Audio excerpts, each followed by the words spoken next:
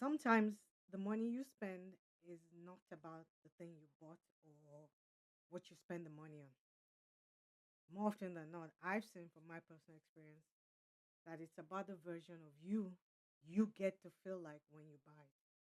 And that in and of itself is not a bad thing. But if you're a high achieving woman, what many of us end up doing is buying things, spending to get the rush of I'm capable, I'm generous, I'm put together, I'm on top of things. So that after doing this repeatedly, it almost feels like it's the oxygen that fuels us and keeps us going. Because here's the part nobody tells us.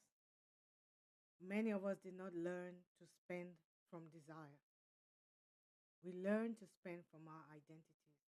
And when your identity is predicated or based on the seeking of external validation, seeking of love, worthiness from the outside, that's what you do. When we spend from who we think we need to be versus what the desire of our souls are, that's when we get into the situation where you're just doing and doing, in this case, spending and spending to get something that can only come from you, from the inside. So we learn to spend from identity, from who we think we need to be. We do that, or we learn that when we do that, we stay good. We become the person who is dependable, who's reliable, the one who's always bailing people out of situations. We do it so that we stay valuable, because if people are coming to you for this, for that, it gives you a sense of it validates you in a sense and gives you the feeling of being valuable. Because if I'm not here to do this, that person wouldn't, whatever, whatever, right? It helps us stay light. Again, because if you're the one who's picking up the checks, who's buying expensive gifts, who's throwing parties and all that, who can't like you? You're irresistible. Your wallet is. And we get to stay relevant. I keep this person as a friend because when I need something, she's there. Or I keep this person as a girlfriend or as a partner because when things get rough, guess who's there? So you're relevant and you get to stay relevant when you're using your external resources like money and buying and doing to maintain all these things. And so for a long time, spending became the only place that we collectively got to feel like the best versions of ourselves because we stay good, we stay dependable, we stay valuable, we stay light, we stay relevant. I mean, what else can you ask for? And because we were not getting that feeling from not doing those things or from resting, we weren't getting those things from relationships. We weren't getting those things from accomplishments after a while, or if at all, or even from the lives that we created or curated. Swiping, because now it's almost like we're a cashless society, became or gave us that little moment of relief. It was like a dopamine hit, a moment of, see, I'm still the boss babe in charge. I still got it. I'm still, relevant. I'm needed. I'm worthy. I'm valuable. And so you keep doing that until one day it catches up, right? Because even high achieving women have to look at bank balances, have to look at accumulated expenses, subscriptions that you're not using, investments you made because you didn't want to hurt the feelings of the person, didn't want to say no, thought it would make you look good, feel good, didn't want to disappoint someone. And then you realize after all of this, I was not spending from a place of abundance. And that's the difference. I was spending from worthiness. were buying, you were spending the feeling of being enough.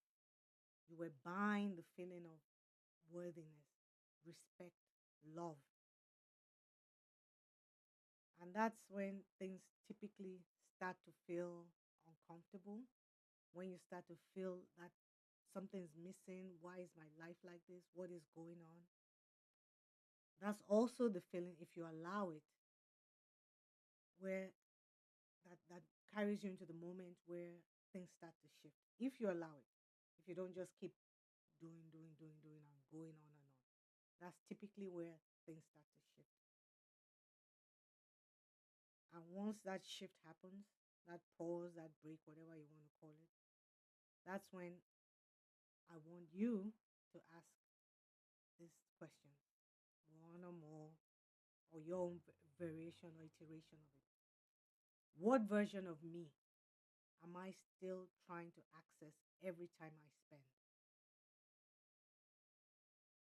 Second question, what am I hoping this purchase will make me feel about myself? Or what am I hoping this purchase will bring? How will it make me feel? What feelings will it bring that I'm hoping it will bring? And the third is,